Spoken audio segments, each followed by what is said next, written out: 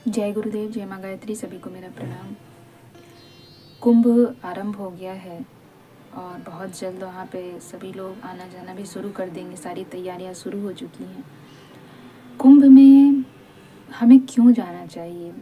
कुंभ का हम सब इतिहास जानते हैं, कुंभ की विशेषताओं के बारे में जानते हैं, उसके महत्व के बारे में जानते हैं, वहाँ से प्राप्त होने वाले लाभ के बारे में जानते हैं। इन सब को एक तरफ रखते हुए भी यदि हम सोचें तो एक बहुत ही महत्वपूर्ण समय होता है, एक दिव्य समय होता है। तो ऐसे समय में सभी को जाना चाहिए। अब जो वहाँ पर जाते हैं और जो नहीं जा पाते हैं, जिनको लाभ प्राप्त करना होता है वो जाते हैं, जिनकी परिस्थिति वैसी नहीं बन पाती वो नहीं जा पाते हैं। बहुत से लोग ऐसे हैं जो चाहते हैं जाएं पर उनकी परिस्थितियाँ ऐसी नहीं होती हैं। पर जो लोग भी जाना चाहते हैं, जो लोग ये जानना चाहते हैं कि कुंभ में जाने से क्या होता है, कुंभ में जाकर क्या लाभ प्राप्त होता है, तो आपको बताऊं कि कुंभ के विषय में आप पढ़िएगा, उसके इतिहास के विषय में पढ़िएगा। अनेक ऐसी आपको बातें समझ आएंगी कि कुछ बहुत मिरेकल्स होते हैं वहाँ पर, कुछ ऐसे चमत्कारिक समय होते हैं, कुछ चमत्कारिक लोग वहाँ पर आते हैं जिनको आज से पहले कभी ना देखा गया और ना कभी उनको आप पहचान पाएँ। वो सिर्फ इसी समय में आपको दिखाई देते हैं। बहुत से कहे जाते हैं कि ऐसे नागा साधु होते हैं जो एक बड़ी झुंड के रूप में आते हैं, पर कहाँ से आते हैं, कब आते हैं, कैसे आते हैं, कहाँ चले जाते हैं, कोई नहीं जानता है। तो ये सब चीज़ें जो हैं हम केवल ऐसे समय में ही देख पाते हैं, और ऐसे समय में यदि उनके दर्शन हो जाते हैं, ऐसे समय में यदि हम उनसे मिल पाते हैं, तो व्यक्ति का सौभाग्य होता है कि हम ऐसे लोगों से मिल पाएँ, ऐसे लोगों को जान पाएँ। इसके अलावा भी बहुत सी चीज़ें ऐसी होती हैं वहाँ पर। एक तो प्रयागराज स्वयं में बहुत अद्भुत जगह है, जहाँ पे गंगा का मिलन होता है, यमुना का मिलन होता है, और वहाँ पर स्नान करके लोग स्वयं को बहुत ही पवित्र और भाग्यशाली मानते हैं। साथ ही के साथ जब वहाँ पर कुंभ लगते हैं तो उसमें स्नान करने के लिए अनेक लोग आते हैं, देवी देवताएं आते हैं, ऋषि आते हैं, संत आते हैं, महात्मा आते हैं, जो वास्तव में सबसे बड़े साधक होते हैं, बड़े बड़े संत होते हैं, जिन्होंने अपना पूरा जीवन साधना में बिताया, वो आते हैं इसमें। इसके साथ साथ वो लोग आते हैं जो हिमालय वासी हैं, जो हिमालय में हजारों वर्षों से, कई कई वर्षों से, लाखों वर्षों से तपस्याएं कर रहे हैं, साधनाएं कर रहे हैं, वह भी कुंभ में स्नान के लिए आते हैं।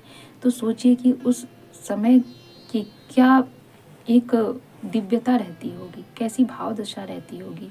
हम उनके बीच में जाते हैं जिनको देखना, जिनको महसूस करना भी हमारे सामर्थ्य में नहीं है। हम सब में से कितने लोग हैं जो हिमालय जा सकते हैं? हम में से कितने लोग हैं जो ऐसे साधु संतों से मिलते हैं? आजकल जो आपको बनावटी साधु संत मिलते हैं, ढोंगी साधु संत मिलते हैं, ऐसा कह लीजिए, पाखंडी मिलते हैं, उनकी बात रहने दीजिए। पर जो वास्तव में अपना जीवन साधना में लगाते हैं, जो वास्तव में समाज के प्रति संवेदनशील होते हैं, जो वास्तव में समाज के लिए कुछ करने के लिए स्वयं का जीवन साधते हैं, ऐसे लोगों से मिलना हमारे लिए संभव नहीं है। पर कहते हैं कि कुंभ में जब आप जाते हैं तो अदृश्य रूप से, सूक्ष्म रूप से कौन किससे कब टकरा जाए, कब किससे किसको कौन सा आशीर्वाद प्राप्त हो जाए, यह हम नहीं जानते, ये कोई नहीं जानता है। इसीलिए ऐसे समय में हम सभी को जाना चाहिए। और हम अगर लाभ की बात ना भी सोचें तो ये एक दिव्य वेला है। इस वेला में जाकर गंगा स्नान करना, कुछ समय वहाँ पर रहना, कुछ समय वहाँ पर ध्यान साधना करना हमारे लिए स्वयं की एक अच्छी अनुभूति हो सकती है। हमारे मन के लिए, हमारे तन के लिए, हमारे विचारों के लिए, हमारे मस्तिष्क के लिए ये एक अच्छा समय हो सकता है जब हम इसका सदुपयोग करें, वहाँ जाकर ध्यान साधना करें, पूजा पाठ करें। जिनको संभव हो सकता है वो जाएं अवश्य, क्योंकि आजकल ज़्यादातर लोग काम करने वाले होते हैं, यानी कि जॉब वाले होते हैं, तो उनके लिए समय निकालना मुश्किल होता है। पर कम से कम जो लोग जा सकते हैं, जिनको संभव है कि वो छुट्टी लेकर भी जा सकते हैं, सभी को कुछ समय के लिए ज़रूर जाना चाहिए, 1-2 दिन के लिए भी जाना चाहिए। और इस दिव्य वेला का लाभ अवश्य उठाना चाहिए। देखिए, हमारा मानना तो ये है कि जब भी हम किसी तीर्थ पर जाते हैं तो वहाँ पर तीर्थ पे क्या होता है, जो वहाँ की प्राचीन मान्यताएं होती हैं, जो वहाँ पर साधु संत महापुरुष होते हैं या जो देवी देवता होते हैं, वो तो नहीं होते, पर सूक्ष्म रूप से उनकी अनुभूति करने हम जाते हैं, सूक्ष्म रूप से उनसे आशीर्वाद प्राप्त करने जाते हैं। ठीक इसी प्रकार से कुंभ में भी सूक्ष्म रूप से जो दिव्य सत्ताएं आती हैं, दिव्य चेतनाएं आती हैं, दिव्य लोग आते हैं, उन सभी के आशीर्वाद प्राप्त करने की मंशा से हमें जाना चाहिए। कोई लाभ मिले या ना मिले, पर उनके चरण की धूल पाने की लालसा से जाना चाहिए। कहते हैं कि शांति कुंज में जो 7 ऋषि हैं, सप्त ऋषि हैं, ये भी कुंभ स्नान में आए थे और तब पूज्य गुरुदेव ने उन्हें रोका था। तो आप समझ के देखिए कि कितने सारे ऋषि मुनि हिमालय से आते होंगे जो कुंभ में स्नान करते होंगे। हो सकता है कि जब हम स्नान कर रहे हैं, हमारे अगल बगल सूक्ष्म रूप से, हमारे आसपास दिव्य रूप से, सूक्ष्मता से वो उपस्थित हों, और न जाने हमारे भाव कब किसका मन मोह ले और कब कौन हमें अपना आशीर्वाद प्रदान कर दे। हम इतनी पूजा पाठ, ध्यान, साधना करते हैं, अनुष्ठान करते हैं, तीर्थों पर जाकर हम दर्शन करते हैं। क्यों करते हैं? कि हमें किसी का आशीर्वाद प्राप्त हो जाए, हमें उन दिव्य लोगों का आशीर्वाद प्राप्त हो जाए। तो इस वेला में भी आप अवश्य जाइए और वहाँ जाकर इस समय का लाभ उठाइए और कोशिश कीजिए कि आप अपना आचरण वहाँ पर ऐसा रखिए कि कोई ना कोई दिव्य चेतना आपके उस भाव को, आपकी श्रद्धा को, आपकी तन्मयता को, आपकी साधना को देखकर आप पर मोहित हो जाएं और आपको आशीर्वाद प्रदान करें। तो ऐसा मन भाव बनाकर वहाँ जाना चाहिए। केवल घूमने फिरने के मंतव्य से कहीं भी ऐसी जगह पे जाना आपके लिए कोई ज़्यादा लाभ सिद्ध नहीं होता। आप तब लाभ प्राप्त करते हैं जब आप वैसे स्थान पर जाकर वैसे बन जाते हैं। यानी कि इस दिव्य वेला में सभी लोग अपनी अपनी ध्यान साधना पूजा पाठ को करने आते हैं। तो आप भी वहाँ पर जाइए, ध्यान साधना कीजिए, पूजा पाठ कीजिए। हम सब की आदत हो गई है, मेरी भी आदत हो गई है। हम लोग कहीं भी जाते हैं बस हम एक ही चीज़ करते हैं, कितनी ज़्यादा से ज़्यादा हम तस्वीरें ले लें, वीडियो बना लें और उसे अपने पास रख लें। पर हम उसे कुछ समय के बाद देखते कब है? हमारे फ़ोन में हमारे पास बहुत सारी फ़ोटोज़, बहुत सारे वीडियोज़ होते हैं, पर हम उन्हें देखते कब है? हमारे पास समय भी नहीं होता देखने का। तो उस क्षण को हमने यूं तो गवा दिया उस समय से फ़ोटो और वीडियो बनाने में, और बाद में उसका कोई उपयोग भी नहीं हुआ। लेकिन जब उस समय हम ध्यान साधना करते हैं, पूजा आराधना करते हैं, तब उसका लाभ हमारे साथ हमेशा के लिए रह जाता है।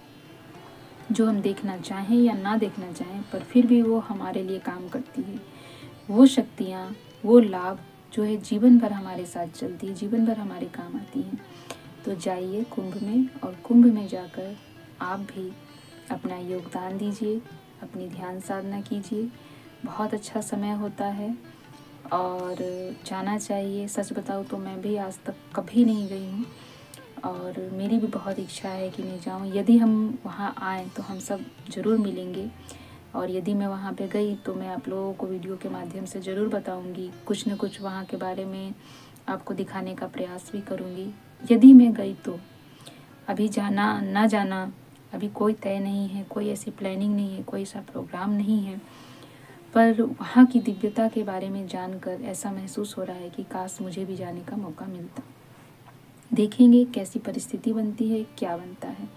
मेरे मन में कहीं ना कहीं लगता है कि जब सूक्ष्म रूप से सभी दिव्य चेतनाएं आती हैं तो शायद हमारे परम पूज्य गुरुदेव भी उस समय वहाँ उपस्थित हों, और क्या पता हमें अपना दर्शन दे दें, क्योंकि सूक्ष्म रूप से सभी दिव्य सत्ताएं आती हैं, सभी लोग वहाँ पर आते हैं, इन सब की सभा बैठती है। सूक्ष्म रूप से ये सभी दिव्य सत्ताएं आपस में एक दूसरे से विचार विमर्श करते हैं, बातें करते हैं, और ऐसा मुझे लगता है। और ये समाज में कैसे क्या करना है, इन सब के ऊपर चर्चाएं करते होंगे। कितना अद्भुत, कितना अलौकिक होगा। मेरे मन में तो बस एक ही जिज्ञासा है कि मुझे शायद वहाँ गुरुदेव की कुछ अनुभूति हो, गुरुदेव को मैं महसूस कर सकूँ, इसलिए मेरा मन करता है वहाँ जाने का। अब देखते हैं क्या होता है। यदि पूज्य गुरुदेव वहाँ पर आएंगे तो अवश्य हम सभी को बुलाएंगे। यदि हम वहाँ पहुँचते हैं या मैं वहाँ पहुँचती हूँ तो मुझे यही महसूस होगा कि पूज्य गुरुदेव आए हैं और इसलिए उन्होंने भी मुझे बुलाया है। तो बहुत अच्छी वेला होती है। हमारे घर से बहुत से लोग गए हैं, मेरी माता जी गई हैं, जो अभी अर्ध कुंभ लगा था उसमें गई थी। वो बताती हैं कि काफ़ी अच्छा लगता है, बहुत सुंदर वातावरण होता है वहाँ का, बहुत मन पुलकित हो जाता है। तो ये सब सुन के मेरी भी इच्छा है, बाकी गुरुदेव की इच्छा, मैं आप सबसे यही कहूँगी कि वहाँ अवश्य जाइएगा। हमारी सभी दिव्य चेतनाएं, हमारी सभी दिव्य शक्तियाँ, हमारे भारतवर्ष के सभी साधु संत, अनेकों लोग जो हिमालय वासी हैं, वो सब वहाँ उपस्थित होंगे। उन सबको महसूस करने के लिए हमें ध्यान साधनाएं करनी होंगी, और जब ध्यान साधना करेंगे तो किसी न किसी की अनुभूति अवश्य होगी। यह हमारी ध्यान साधना पर निर्भर करता है। तो वहाँ जाकर समय ज़्यादा व्यर्थ मत गवाइए। तस्वीरें लेनी हो 1-2 ले लीजिए, वीडियो बनानी है 1-2 बना लीजिए, पर ज़्यादा से ज़्यादा समय अपने ध्यान साधना पूजा पाठ में अवश्य दीजिएगा। बस यही कहना था, मन की बात थी कि कुंभ क्यों जाना चाहिए और कुंभ में जाकर कैसे लाभ प्राप्त करना चाहिए, क्यों लाभ प्राप्त करना चाहिए, कैसे करना चाहिए। धन्यवाद।